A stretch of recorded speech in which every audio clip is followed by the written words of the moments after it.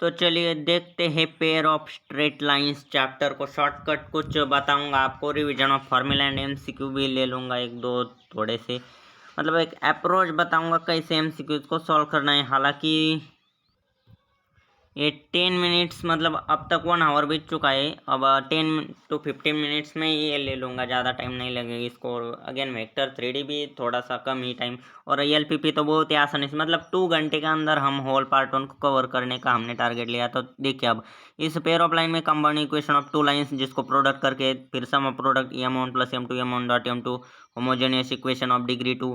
अब homogeneous equation मतलब इसके ऑर्डर सेम होनी चाहिए, डिग्री मतलब सम ऑफ पावर से ना ईच टर्म की सेम होनी चाहिए। जनरल सेकंड डिग्री, अब सेकंड डिग्री जनरल इक्वेशन तो डिलीट है। अब देखिए पेयर ऑफ स्ट्रेट लाइन पढ़ने से पहले 2 पॉइंट फॉर्म आपको पता होना चाहिए। y2 माइनस y1 मतलब upon x2 minus x1 is equal to y minus y1 into x minus x1। अब एक्चुअली ये y2 ये जो है ना ये स्लोप ही होता है, और y minus y1 is equal to m into x minus x1। अब m ये 3 पॉइंट्स फॉर्म के लिए मतलब 2 पॉइंट होता है, और x1 y1 ये जो 2 पॉइंट्स और y x ये वेरिएबल।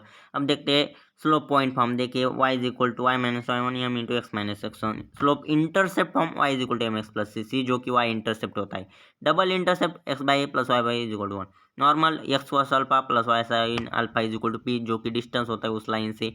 अब देखिए जनरल फॉर्म तो x plus b y plus c होता है, मतलब ये कुछ बेसिक था 11 का। अब देखिए 12 का combine equation of two lines. यदि टू लाइंस ऐसे given a one x b one y plus c one a two x plus b two y c two, इनका डायरेक्टली प्रोडक्ट करके हमें कंबाइन इक्वेशन मिलता है। एज फॉर एग्जांपल भी देखिए इसका डायरेक्टली प्रोडक्ट करने का 3 से इसको मल्टीप्लाई करके डायरेक्टली होल का प्रोडक्ट। अब देखिए अब डिग्री देखिए होमोजेनियस में सबसे पहले देखिए होमोजेनियस इक्वेशन ऑफ डिग्री 2 है ना, इसमें डिग्री जो sum of indices of variables in each term होता है। मतलब देखिए अब ये होमोजेनियस है कि नहीं, एक्चुअली ये तो होमोजेनियस नहीं है। देखिए अब इसमें डिग्री 3 है, इसमें 2 है, इसमें 1 है। अब देखिए find degree of each term. देखिए in this expression degree of 2x², देखिए इसकी डिग्री 3, इसकी 2 और इसकी 1। देखिए डिग्री पूछा था, बस कुछ बेसिक सा सवाल था ये।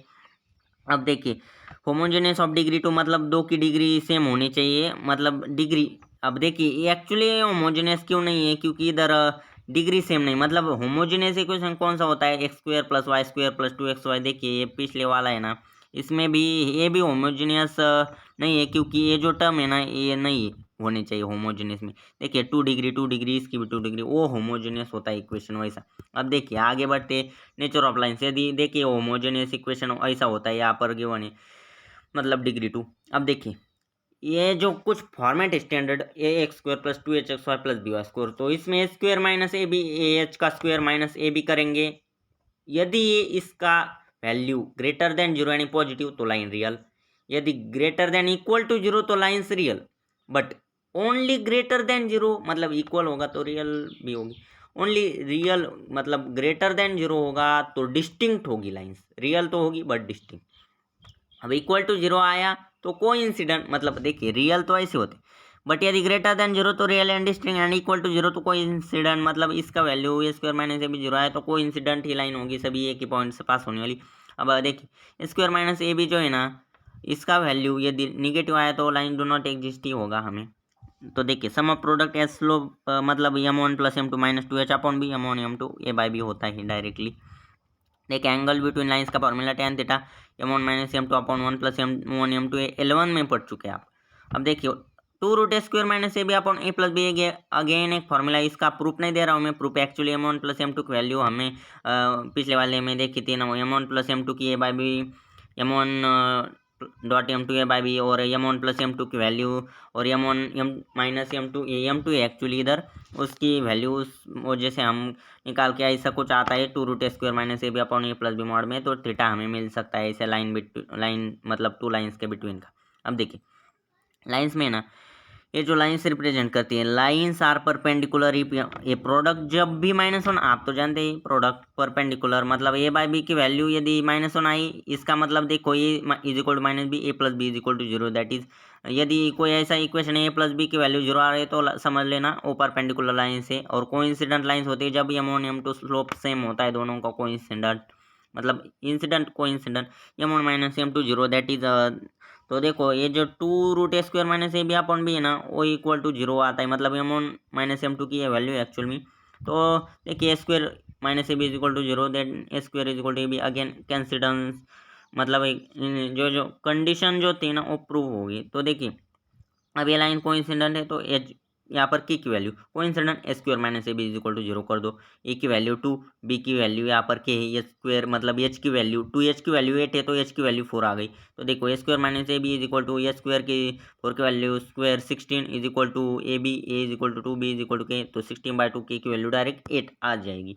अब देखिए ये तो हो गए परपेंडिकुलर लाइंस की और रियल डिस्टिंक्टिव भी हमने देख लिया। अब देखिए कुछ शॉर्टकट से coordinate of x y if orthocentre of triangle form by lines, देखिए ये लाइंस और मतलब जो ट्रायंगल फॉर्म होता है ना एक लाइन और ए पेयर ऑफ लाइन और उनका जो ऑर्थो सेंटर होता है ना, तो देखिए कोऑर्डिनेट पूछे होते हमें कभी कभी ऑर्थो सेंटर के।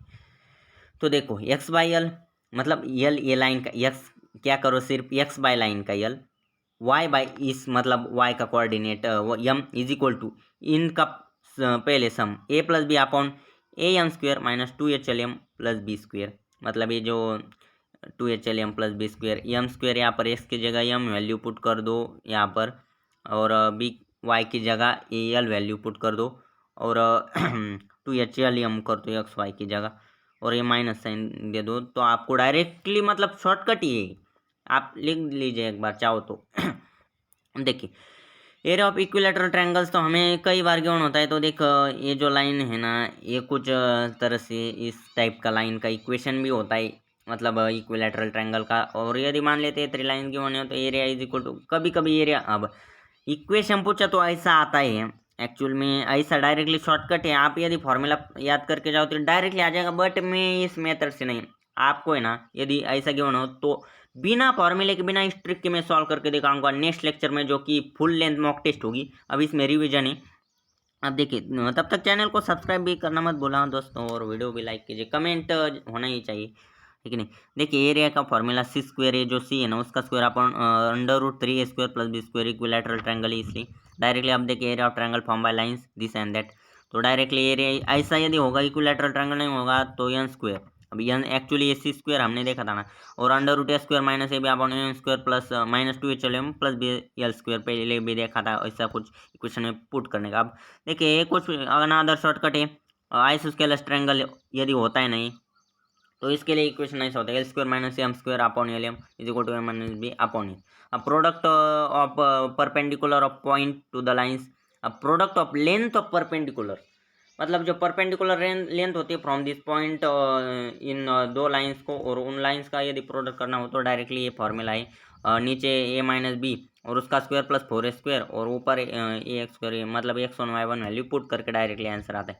अब joint equation of bisector of angle ये जेई में भी पूछा जा सकता है, मतलब जा चुका है।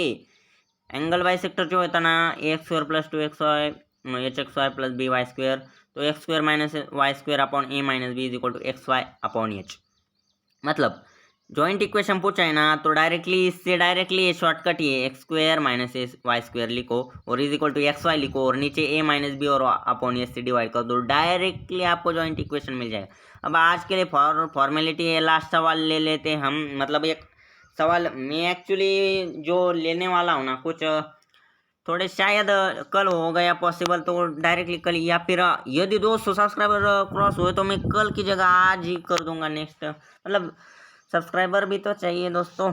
तो ठीक है, मतलब उसमें क्या करेंगे मैं full DPP full length mock test होती है ना उस 7-8 टाइप के ये जो स्ट्रेट लाइन है ना उसके पेयर ऑफ लाइन के सवाल ले लूँगा। ये आज के लिए इस चैप्टर का सिर्फ एक ही ले ले, ज़्यादा टाइम नहीं ले चाहिए। 2 आवर में 4 चैप्टर हो गए हैं, 1 आवर एंड 10 मिनट्स, बाकी के 3 बचे। देखिए sum of slope of lines represented by this given है, तो हमें गिवन क्या है, sum of slopes of 2 lines given है। अब स्लोप्स ऑफ 2 लाइन्स गिवन है ना तो हमें पूछा क्या है, the sum of slope given मतलब sum of slopes of line पूछा है।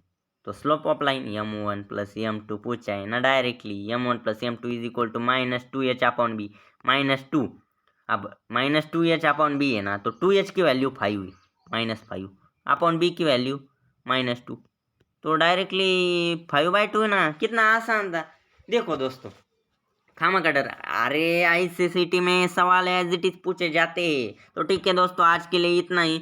रिच एंड तक हो गए, एक दो और यहाँ पर भी कुछ सवाल लिए थे, 2-3। तो पेयर ऑफ लाइन फिनिश हो गया with in 1 hour and 10 minutes, 4 chapter completed. अब देखते हैं वेक्टर 3D, कुछ 30 मिनट्स तक लगेंगे। और एलपीपी तो आपको पता ही 10 मिनट्स का भी चैप्टर नहीं, एलपीपी बहुत ही चुटकियों में हम सॉल्व करेंगे। और मैं बता रहा हूँ ना, पेयर ऑफ लाइन हो गया। अब लाइन एंड प्लेन में बहुत ही बढ़िया तरीके से आपको बहुत ही आसान करके दिखाऊं। अब पेयर ऑफ लाइन भी एक्चुअल में आसान है, आपने देखा ही होगा। कुछ ए फॉर्मेट और सिर्फ कंबाइन इक्वेशन निकालो, फिर होमोजीनियस और ये कंडीशंस कुछ याद करके जाओ, और m1 + m2 और tan थीटा एंगल पूछते थे, ज़्यादा कुछ भी नहीं इसमें हो गया। और ये कुछ शॉर्टकट से कभी कभी, मतलब ज़्यादातर तो आसान ही होते हैं, बट कभी केसेस में कुछ ऐसा भी गिवन होता है। बट मैं नेक्स्ट जो एमसीक्यू लेक्चर लेने वाला हूँ ना, उसमें फुल लेंथ मॉक टेस्ट होने वाली मैथ की, तो उसमें मैं इस टाइप के प्रॉब्लम को बिना शॉर्टकट पे के भी बताऊंगा, मतलब दिमाग लगा के। यदि आपको दिमाग नहीं लगाना, सिर्फ शॉर्टकट लगाना है, तो ऐसे शॉर्टकट से आप सॉल्व कर सकते हो। तो ये लाइन एंड प्लेन तो हम लेंगे अच्छे से, और वेक्टर है नेक्स्ट, वेक्टर भी बहुत बढ़िया से ले लेंगे। तो चलिए आगे बढ़ते हैं अब।